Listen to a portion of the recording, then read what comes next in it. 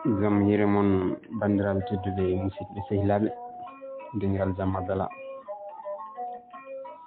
Allah yurmo musidɗo men Jalli Siyafo ɗum kanko e dendagal maaɓe julɓe en garti ha hande jokkude ɗo deftere siira nde gonnoɗen e dow mum ngu damnulaɗo Allah mo jami kisal goni e mum o Mouhammad Koho men tawi windi ɗum ko musidɗo men Ceerno Harouna Sy tawi joni jokkoten ɗo ko Kaybar.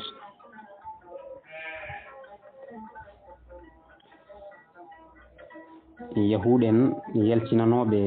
Madina ɓe jantoyi e bandiraɓe mumen wonɓe to banggue rewo Madina ro wuro mawgo ina toon alɗugo hewgo koninkoɓe hewgo boloji wango jambareɓe andaɓe nden yahuuɗe en ɓe keewi sifodiri ballodiral e hinde Atafan en wonde to dande maayo waɗe woto eɓe piiɓi yande e julɓe ɓe gona momti gonɗi en kamɓene ɓe pelliri wiide ala ko wirto ko leydi mabɓe ina ɓenna so Madina so Makka. Mouhammad mo jamme kisal goni e mum o sifodiri e makkanaɓe ɓe yoye duuɓi sappo ɓe kaɓata nulaɗo Allah huccani sandolinɓe ɓe to Kaybar tawi omo andi Allah wi caggal Hudaybiya maɓe ndoɓo ngaalu ha no ɓe cikkirano ɗum fotata wonde tan ko Kaybar. Nden naafigo tini ɗum tan hono Abdoullahi ɓi Ubay tintinoye yahuuɗe en ɓe wiɓe kebloɗe dey julɓe nana ngara yande mon ɓenne nuli e Atafan en ɓeɓe sifodirno ɓeya Atafan en e Kaybar naɓe pinno ko ombude julɓe ɓe lombaɓe ɓe pusa dental mabɓe ngal l'islam o ɓemta ñifa nden ɓe gari norirade yahuuɗe en ɓe tan nanal ari e mabɓe wiyama julɓe ɓe ko fecciɓe hen peccere fayi guure men ɓe karliti ɓe kooti dandoyde galleji mabɓe subaka goto tan law gila nangue fuɗani ha Kaybar naɓe huudinoɓe guese ndi pucci e gueloɗi e koninkoɓe ɓe beddi gollorɗe mabɓe tami tappi nulaɗo wi ɗum ɗo ko mande ma en polɓe julɓe ɓe gardi ko sembe diine e guuɓ ɓe cakki e nder Kaybar kono yahuuɗe en ɓe ko dambiɓe e boleji mumen ɗi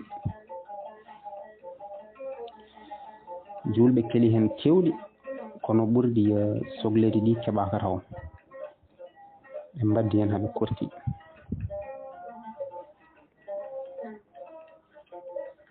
nulaɗo e anje bonande yamiri yoɓe coppu leɗɗe ɗe beele ma yahuuɗe en ɓe jaltu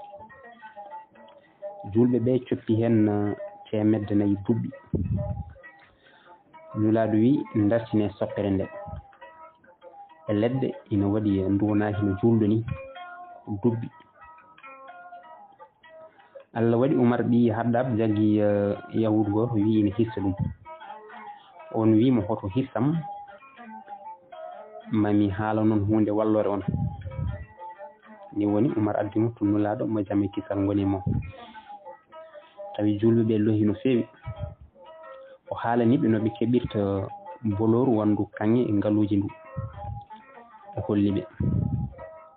ɓe garti ngaaluji ɗi ɓe garti ngaaluji ɗi ngala e gasde kaɓirɗe kewɗe ɓe coodi guura ɓe ɗifti tawi hewɓe keyɗi nden ngaalu ari ɓe ñaami ɓe gummi ɓe keeli buloji goɗɗi ɗi ha heddi woturu mawnu ndu koye ndu no Haris woni mawɗo yahuuɗen o koye mayru Magreb woni jambaro yahuuɗen o e miñum Haris julɓe mbaddi hen ha kosti Aboubacry Oumar goto hen fof halfina silama ka ñaldi hen ronki yandinde boloru ndu hiiri julɓe ɓe ina lohi peeje fof mbaɗama nulaɗo mo jammi kisal goni mumo noddiɓe julɓe ngari o wiɓe mi wondi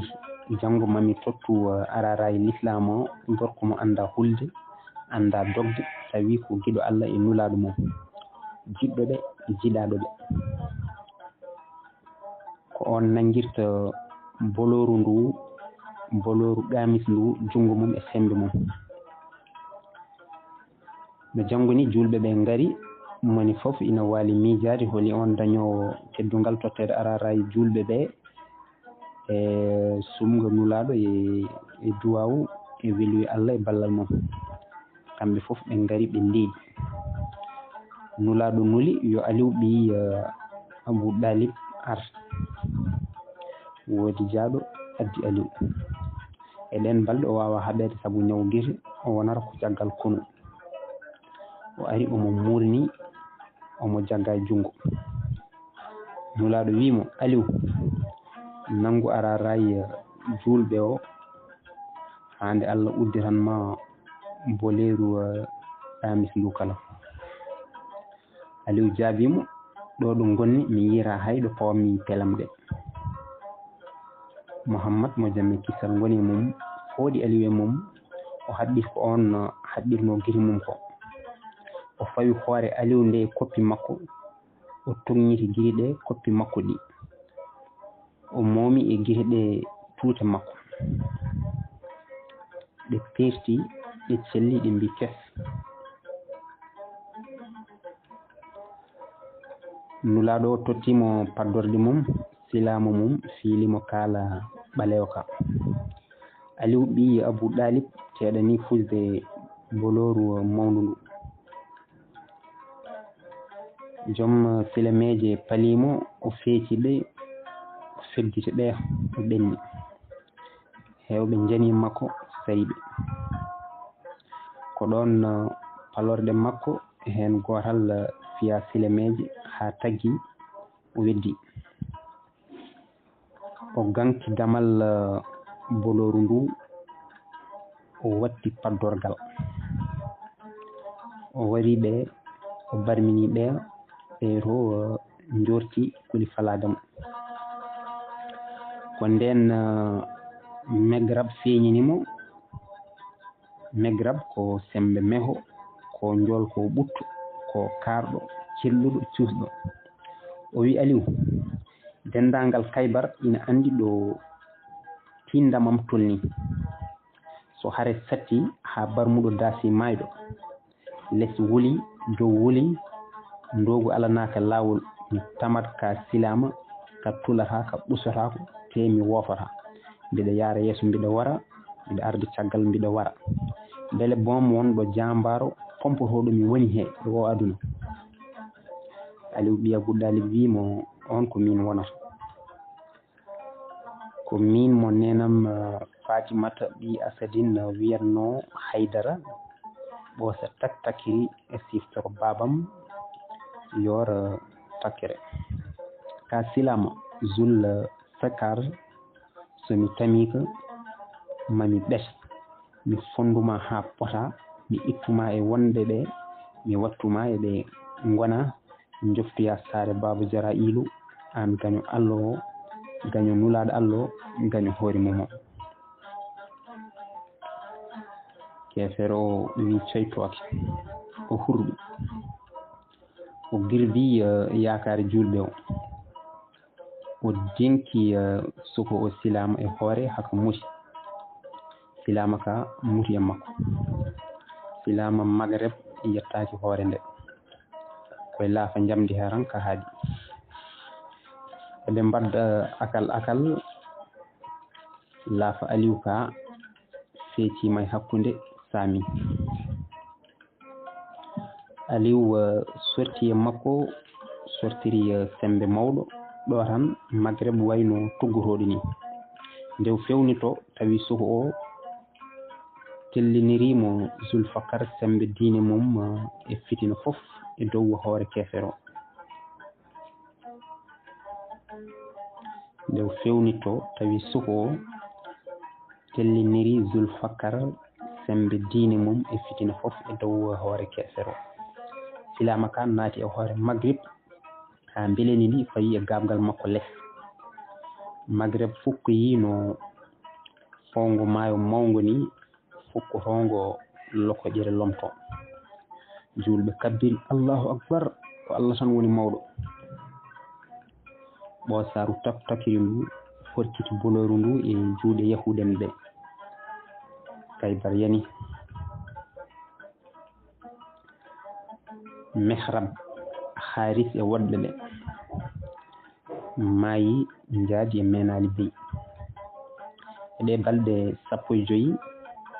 ɓe mbari toon capanɗe 93 kefeero ɓe mayrama 15 julɗo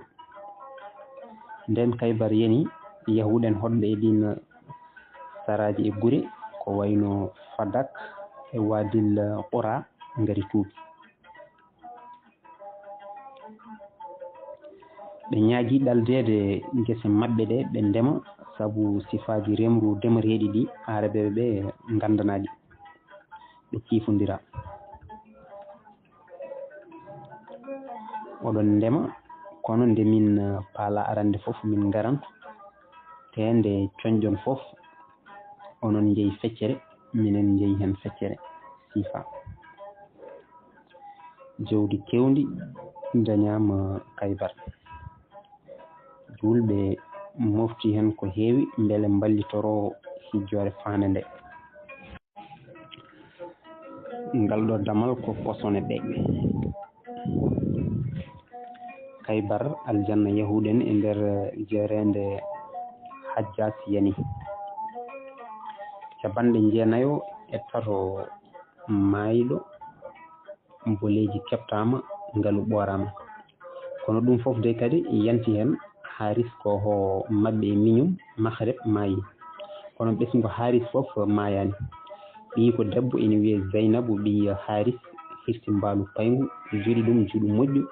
tewngu addani nulaɗo o to cillita mum to Mouhammad ina yiɗi tew omo andi ɗum gila to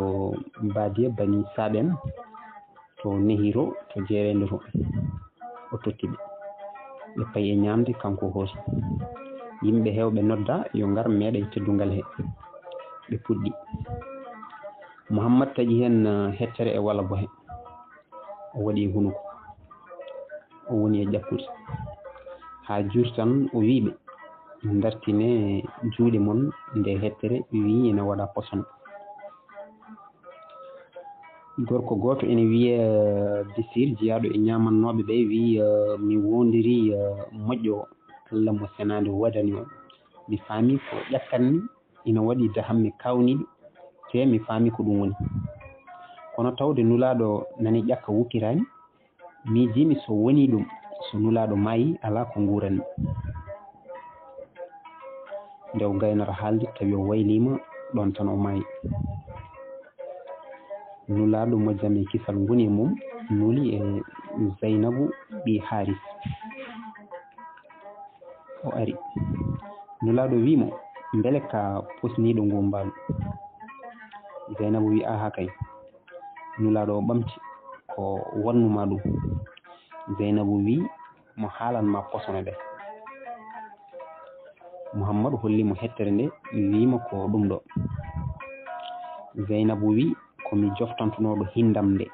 babam joom gallam e korejam ɓe mbarɗon ɓe mbimi so tawi ka nulaɗo Allah ma Allah tintine so tawi a wona maaya yimɓe pofta no jaburi ni weeli Mouhammad mo jame kisal ngoni mum saabu o fenani ko ɗum tii o miiji o golli so wontino e nelaɗo tan o yaafete kono won mayɗo koreji Basir ñaagui yo nulaɗo o waɗmo e juuɗe mumen jottuno koye mumen ɓe peŋi mo ɓe liggimo hawo maayi o fitaki ni julɓe giwti Kaybar garti o saha hawriti koye gartagal julɓe wonnoɓe e coppi haɗo inayi ɓen Jafara ɓi Abou Dalib. Mouhammad mo jamme kisal goni mum wi mi anda hen ko ɓuri weldimi gartagal maɗa walla keptal Khaybar. enayi ɓen fernoɓe dandoyde diine mumen debbo goto jaadunoɗo e gorko mum. Gorko o yalti diine islam ɗe naati e diine Isa ɗe. Allah waɗi o maayi toon. Nden ɗum waɗi nulaɗo o nuli e negis lamɗo e coppi o e humdanmo e on korɗo Allah keddiɗo e diine mum. Lamɗo e coppi o humi dewgal ngal. On debbo kadi ko Habiba ɓi Abou Soufiane ko ho Makka naɓe o. Hitande dartima mo wuuri aadi yonti. Julɓe tindi Makka. Ɓe pandi wuro ngo tan Mouhammad dartini ɓe. Ɓe mofti ɗon kamirɗe ina gondi e fodde 200 neɗɗo. ɗum ko beele so hefereɓe ɓe jamfima gaddi haare eɓe mbawa ruttonade ballal tesangal ɗon ngal. Nden wuro ngo feeñaniɓe nulaɓe sujji to dow ngelogo to haw ɗeɓi memde dande Qaswa. O wi yo Allah haɗan min musiba e nder ngo wuro fenigo. ɓe natiri wuro ngo banggue ceheɗel hajumɗe ɗon ɗo nena Hadija ubbaɗo ɓe yurmede Allah wone makko. Tawi wuro ngo hohoɓe mum foof ko yaltuɓe ngo ina cornoyi nder ladde ina ɗaldi julɓe ɓe kaaba ka e saraji mum foof fodde balɗe 3. ɓe naati Makka. Woni duuɓi 7 hikka eɓe kaɗa nadde wuro mabɓe e galleji mabɓe, galleji ɗo ɓe jibina ɓe neehi ɓe mawni haɓe ndesi hen ɓe jibini hen ɓe tanni hen. Saha goto tan gonga feeñi ɓe jii ɓe paami ɓe jaaɓi ɓe ndewi hen ɓe puyna ɓe jalkira ɓe jenna ɓe piya ɓe mbara. Kamɓe ɓe cowi ɓe doki duuɓi 7 ɓe muñi heege ɗomka tumarankagu e yewende. ɓe kaɓi e yahude en naafi jeeɓe ɓe keli ɓe koli ɓe keyɗi. Allah jarni tampere. Joni o sembe dañama. ɓe ngari hajjude e dow nanodiral e ɓen yennoɓe temedere ngeloba wonande jagguɗo nulaɗo Allah o. Hande on nani wango e wuro mabɓe kamɓe ɓene tuɗɗini dow ceene eɓe padi ha ɓen jaaha.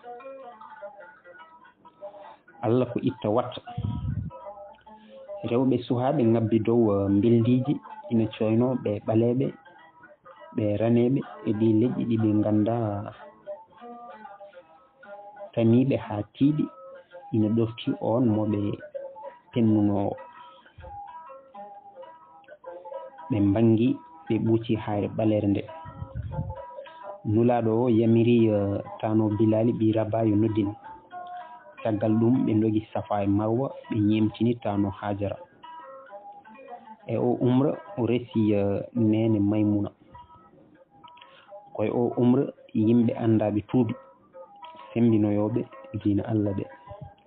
ɓen ko Ousmane ɓi Dalhata umru ɓi Al As e Khalidou ɓi Walid. Tawi on El Walid komo Allah huɗata e nder simore 68. L'islam ko wad jira golle ma. Walid ɓi Mugira ko gando galo ɓesɗo turtino ɓurni diine wattinani ɗo moƴƴi.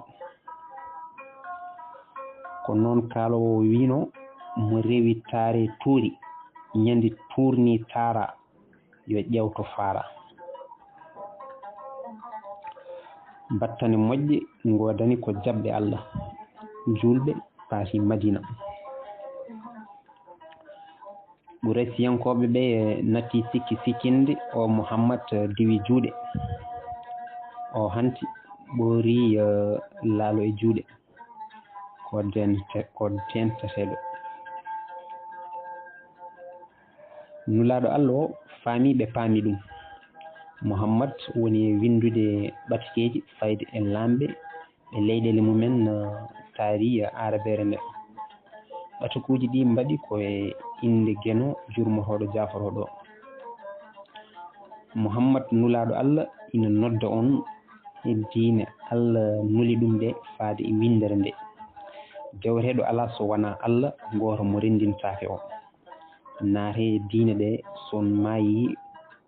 on nanno on e aljanna makko heen. so windaama omo jogii feggere wonde mbeɗu njaangu ina winda heen Muhammad nulaaɗo Allah. o tampa heen battina. waɗi jaabtiiɓe njaɓi, waɗi seegɓe, waɗi winditiiɓe njaɓaani. ngal ɗo damal wiyetee ko walde mu'ata 629. e ɗin ɓatakuuji bindaronooɗi faade e laamɓe heen gooto nawnuɗo ɗum wara to leydi arabeeɓe tawi on wiyetenoo ko Mu'asab ɓi Umayra. nden nanalla o yettiima Madina, nulaaɗo mo jam e kisal ngoni mum hebli konu ngu ujunnaaje tati neɗɗo faade ɓeen handalɓe. ndin leydi ɓadaaki arabeere nde, ɓadaaki hay kadi keeri mayri, ɓuri kilométre uji ujunere.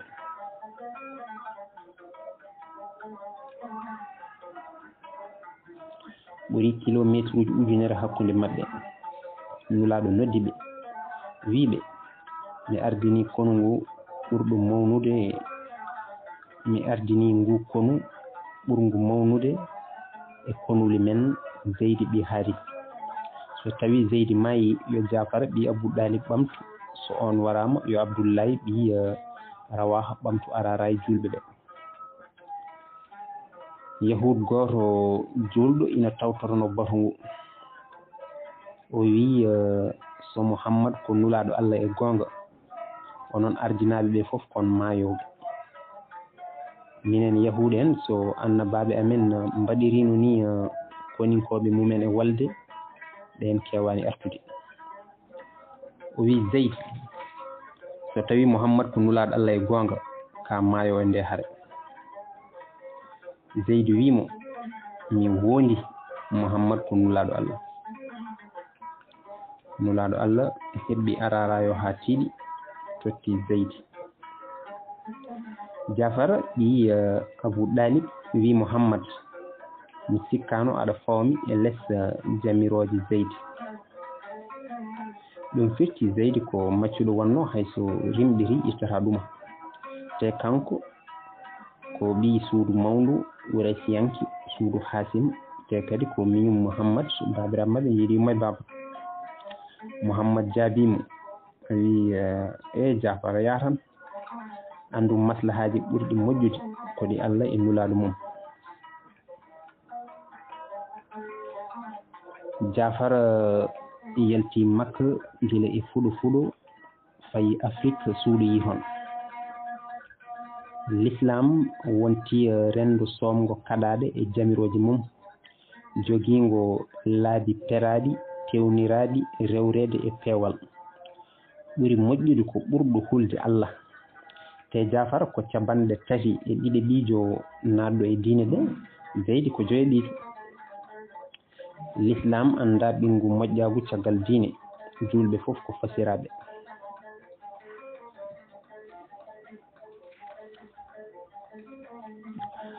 nulaaɗo humpaka caɗele gonɗe e nde walde, sabu kewgol ha fasiri habdiɓe mabɓe ɓe fodde 200,000 aade. o duusiɓe ha to caggal wuro to to hayri mbaynigu to Señet el Wida. ɗon o darti o wiiɓe tabite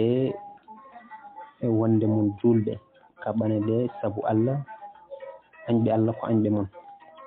goppe nattuɓe e nder juulirde ina ndewa Allah e jam mumen, nden to ɗe warde rewɓe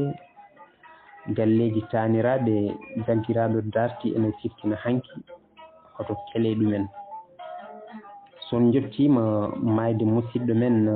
Mu'as ɓi Umayra noddeɓe diine islam julɓe ɓe jeehi Abdoullaye ɓi Rawaha heddi ha aljuma tawi ɗum ɗon nulaɗo mo jamin sikkal goni momo yiimo wi'i jaam Abdoullaye yahani o wi'a ha kay pannomi ko hami julde ma oɗo aljuma cakkito e gurdamam nulaɗo wimo no foti ɓe gardima o wi balɗe 5 nulaɗo mo jamin kisal goni mum wi ɓe gadimama aljanna tuuɓi 500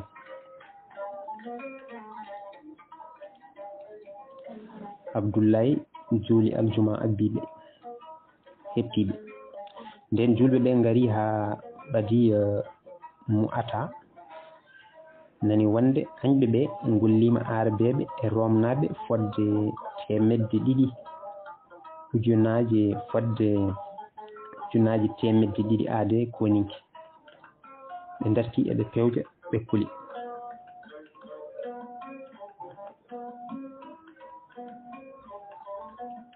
ɓe goni ɗon balɗe 2 eɓe pewja soɓe kaɓete walla soɓe kotat walla boom soɓe nulaɓe e nulaɗo o andinaɓe soɓe kaɓete walla soɓe gartat saabu yimɓeɓe ɓeɓe kaɓata ɓe ina keewi kono jahol e gartol balɗe 4 ɓe mbawa ɗum fadde Abdoullaye ɓi Rawaha wiɓe musidɓam kon dogaten ko dey ko ɗum garɗen dartude so mayde e diine Allah ɗe wona e keewal keɓaten kawgu koye kulol Allah ngol o waɗi e nder men ngol ɓe pelliti ɓe jotti lawol ɓe jetti añɓe paliɓe ɓe kaɓi ha boni lamɗo añɓe o darahini julɓe ɓe mbari ɗum ɓoyani Zeydi wara Jafara ɓi Abou Dalib ɓamti arara julɓe o julɓe no kaɓe nden ɗum wuli Jafara tampi o telli e puccu makko o taƴi codduli maggu beele añɓe ina mbasa hutorade ngu caggal nde o maayi leelani ɓe mbari mo julɓe ina kaɓe Abdoullaye ɓi Rawaha ɓamti ararayo warama kamne biyeteɗo Argam hocci ararayo e leydi suuti ɗum o wiɓe oton doge maaye oɗon piya e becce ɓuuri maayon oɗon piya e keeceji mbiɗen jogui ararayo kono ko anje yiidemo e leydi tan cuɓaɗe gardotoɗo kono ngu o fayi e Kalidou ɓi Walid o wi ɗum nda ararayo ha Allah walla en Kalidou wimo ko an ɓuuri handude e araray saabu a haɓama e walde Badiri an julɓe ɓe Allah wi yaafima kala kaɓanoɗo ñande Badiri ina wondi e julɓe ɓe Argam wawnimo jabde ararayo julɓe ɓe kepti cuusal e sembe ɓe darti ha añɓe ɓe dosti nden tan Kalidou nayi ɓe cellani ɓe cafroyi julɓe ɓene poftoyi o wali rokkude ɓe peeje haare no janggo ni ɓe ɓamti haare nde Kalidou waɗi julɓe ɓe pecce ɓe naara kaɓe so ɓooyi wempe ƴere wonde ara dampa añɓe ɓe kuuli ɓe cikki julɓe ɓe ko dañɓe ballal yimɓe hesɓe ɓooyi ɓooyani foof feccere sorto foftoyo hesere nde naata añɓe ɓe kuuli dosti hen to Madina ñande hen caggal julde dental subaka nulaɗo mo jamme kisal goni mum wi damal jaam tine Seydi Jafar e Abdoullaye ɓi Rawaha keddima nuldeɓe duwaw kaaliɗo ɓi Walid ɓamti ararayo Allah wallimo e riwtude añɓe ɓe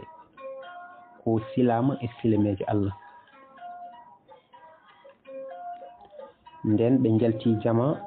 nulaɗo mo jame kisal goni mum fayi galle Jafar o huufi cuhlon kon omo mooma kon gite makko de beddi gondi debbo Jafar o hono Asama ɓi Omis wi holi ko saabi gondi maɗa ɗi an nulaɗo Allah beele wonko nananɗa Jafar en nulaɗo wi o sankima debbo o luuhi nelaɗo wi yo hoddiɓe mabɓe nelduɓe bottari saabu ɓe mbawa defde hande saabu koɓe suniɓe hayɓe gummaki ɗon tan nulaɗo mo jamme kisal goni mum hoyni tan wi yo kisal wone ma anne yimɓeɓe mbi holimo kaldata o wi ko Jafar wirti ɗo salmini calmitimi balɗe seeɗa caggal mum koninkoɓe ɓe garti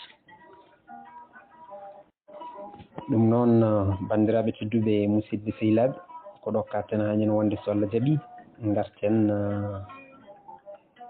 keftal makko e golwole caggal mum